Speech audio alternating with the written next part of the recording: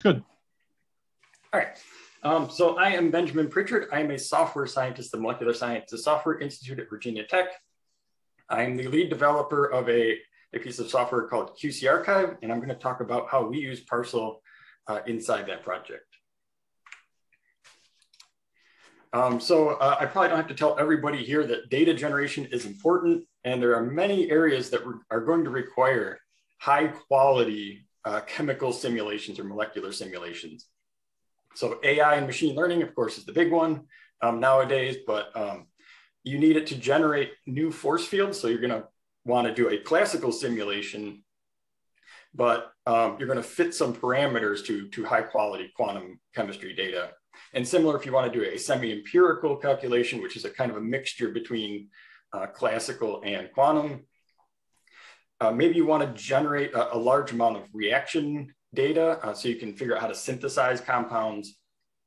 Or you just want to run a whole bunch of computations and do some good old-fashioned data analysis. Some molecular properties that you needed to calculate with quantum chemistry.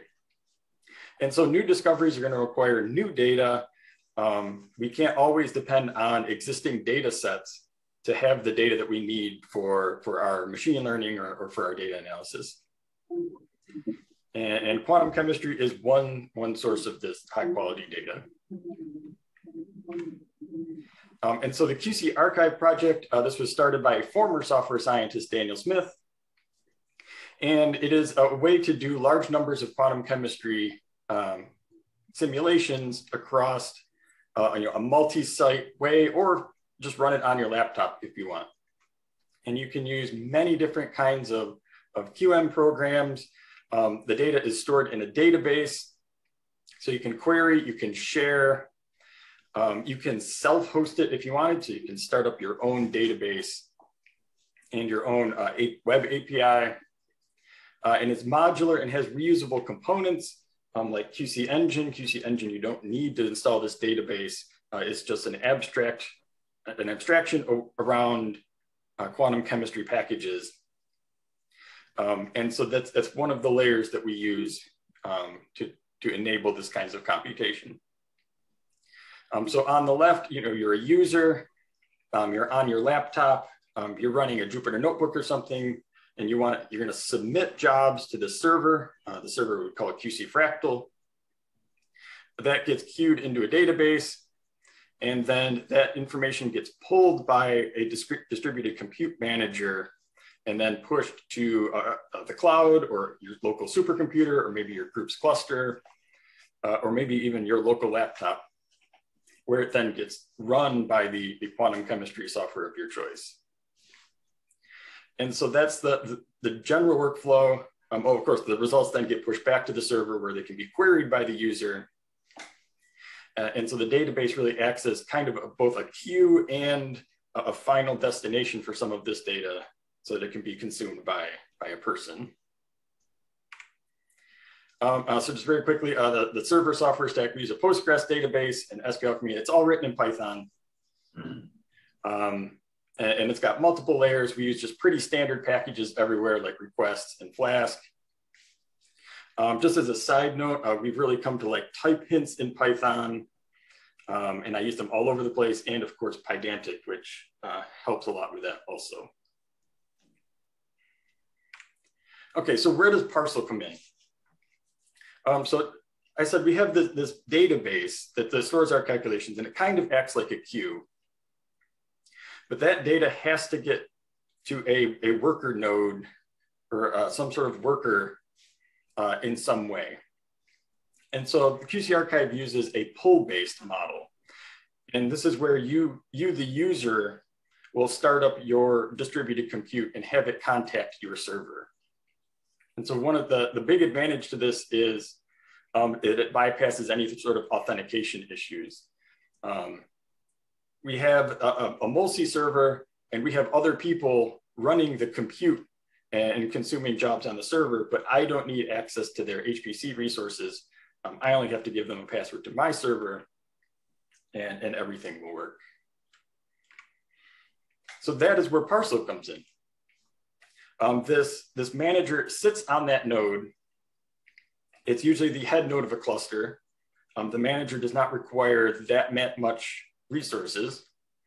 And that connects to our Fractal server, pulls it down from the server, and then submits it somehow to HPC. And this is where Parsl really shines.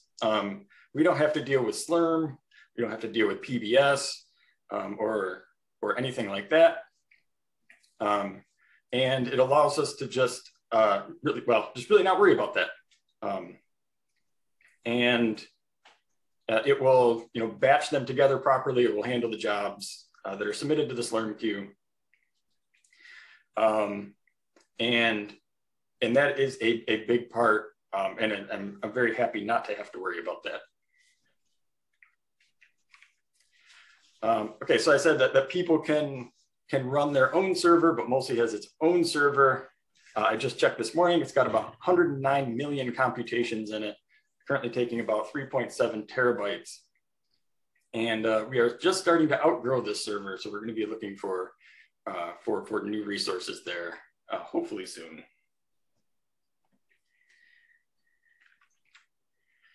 Okay, so the future, so it's been very interesting listening to these talks. It's giving me all sorts of ideas. Major work is ongoing in a separate branch with an expected release in the next couple of months. This work is stable for new instances. I'm still maybe ironing out a couple of things for upgrading existing instances. We're maybe looking at really expanding the offerings of multi-hosted services. And I am looking to expand or polish the capabilities related to Parsl. So one idea could be using Parsl or maybe even FuncX and hosting that Parsl server on the head node or on the main node, same node as the database, the same server as the database.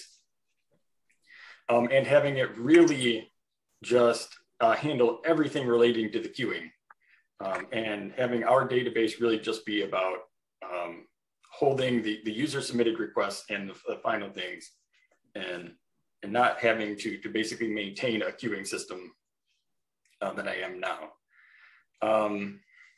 And so, yeah, I really like this workshop.